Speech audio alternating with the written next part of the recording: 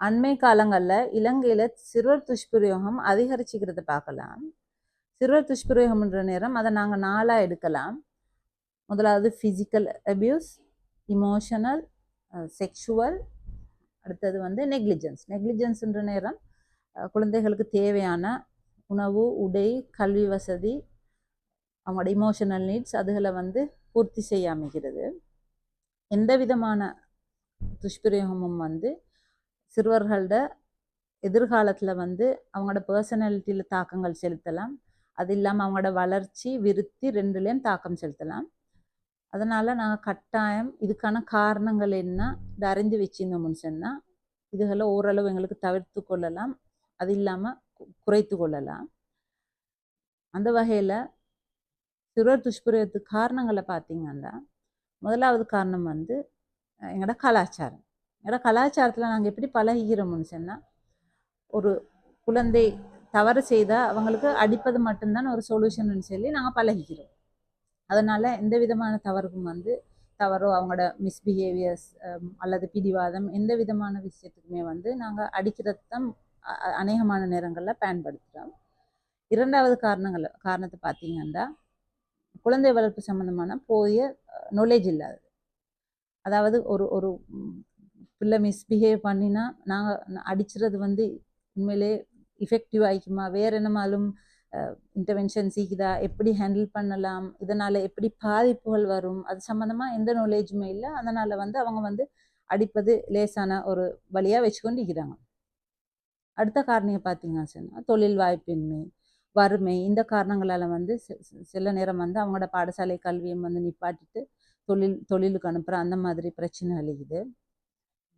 அடுத்த காரணம் வந்து பேரண்டல் ஸ்ட்ரெஸ், அதாவது கணவன் மனைவி பிரச்சனைகள் காரணமாகவும் சம்டைம்ஸ் வந்து டிவோர்ஸ் பேரண்ட்ஸுன்ற நேரம் ஸ்டெப் ஃபாதர் அந்த மாதிரி ஃபேமிலிஸ் அழியும். அவங்களுக்கு இடையில கன்ஃப்ளிக்ட் இல்லாட்டி அவங்க ஓன் மதர்ஸ் ஃபாதர்ஸே சம்டைம்ஸ் வந்து நிறைய கன்ஃப்ளிக்ட் அழிக்கலாம்.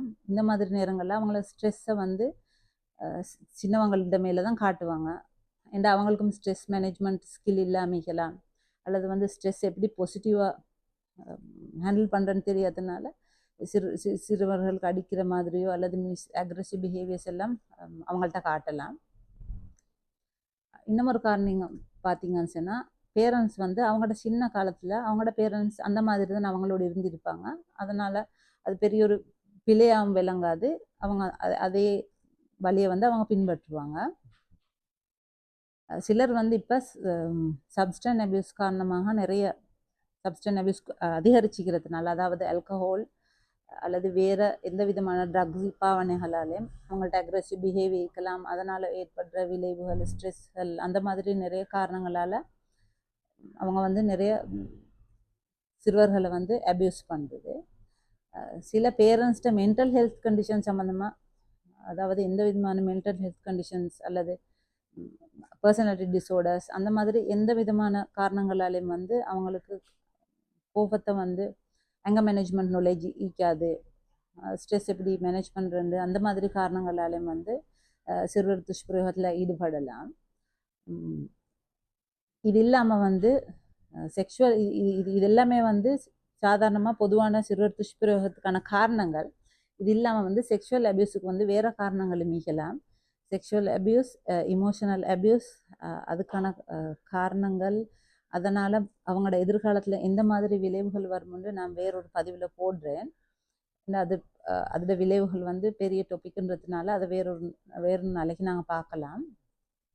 இப்போ எந்த விதமான இந்த அபியூஸ் உங்களுக்கு தெரிஞ்சு நடக்கிறண்டா, அதாவது ஸ்கூலில் அல்லது இந்த சமய சம்பந்தமான இடங்கள்லையோ வேறு எங்கேயோ நடக்கிறேன்னு சொன்னால் கட்டாயம் வந்து 999க்கு கால் பண்ணி இன்ஃபார்ம் பண்ணுங்கள். ஏனென்றால் இதோட பாதிப்பு வந்து முழு சமூகத்துக்குமையான பாதிப்பு தான், நிறைய பாதிப்புகள் இருக்குது. இதால் இவங்களுக்கு அதாவது பேரண்ட்ஸுக்கு இந்த போதைப்பொருள் பாவனை அல்லது அவங்களோட ஸ்ட்ரெஸ் மேனேஜ்மெண்ட், அங்கர் மேனேஜ்மெண்ட் அந்த மாதிரி பிரச்சனைகள் இருந்தான்னு சொன்னால் உங்களுக்கு கவுன்சிலிங் சர்வீஸ் ஃப்ரீயாக சில இடங்களில் கிடைச்சிது. போதைப் பொருட்களுக்குன்னு சொன்னால் சில கவர்மெண்ட் ஹாஸ்பிட்டல்லையும் எடுக்கலாம் ஹெல்ப். அது இல்லாமல் மேல்மதுரையிலையும் ஃப்ரீ கவுன்சிலிங் சர்வீஸ் இருக்குது. போதைப் பொருள்லேருந்து உங்களுக்கு வித்ட்ரோ ஆகணும்னு சொன்னால் அது இல்லாமல் வேறு கவுன்சிலிங் சர்வீஸ் நிறைய சென்டர்ஸ் இது ஃப்ரீயாக கொடுக்குறது, சுமித்ரையோ. அது இல்லாமல் உங்களுக்கு ஆன்லைனில் தேடினாவே ஹெல்ப் எடுத்துக்கொள்ளலாம். அதாவது பேரண்டல் ப்ராப்ளம்ஸுக்கு, அவங்களுக்கு இடையில கன்ஃப்ளிக்ட் அல்லது எங்கள் மேனேஜ்மெண்ட், இமோஷனல் ப்ராப்ளம்ஸ் அந்த மாதிரிகளுக்கு அவங்களுக்கு ஹெல்ப் எடுத்துக்கொள்ளலாம். இன்றைக்கி உங்களுக்கு ஓரளவு நாலேஜ் ஒன்று கிடைச்சிக்கும் சிறுவர் துஷ்பிரயோகம் எப்படி நடக்கிறேன்னு சொல்லி. இன்னும் ஒரு பதிவில் நாங்கள் இதனால் ஏற்படுற விளைவுகளை பற்றி பார்ப்போம். மீண்டும் ஒரு முறை மென்டல் ஹெல்த் சம்மந்தமான ஒரு பதிவில் சந்திப்போம்.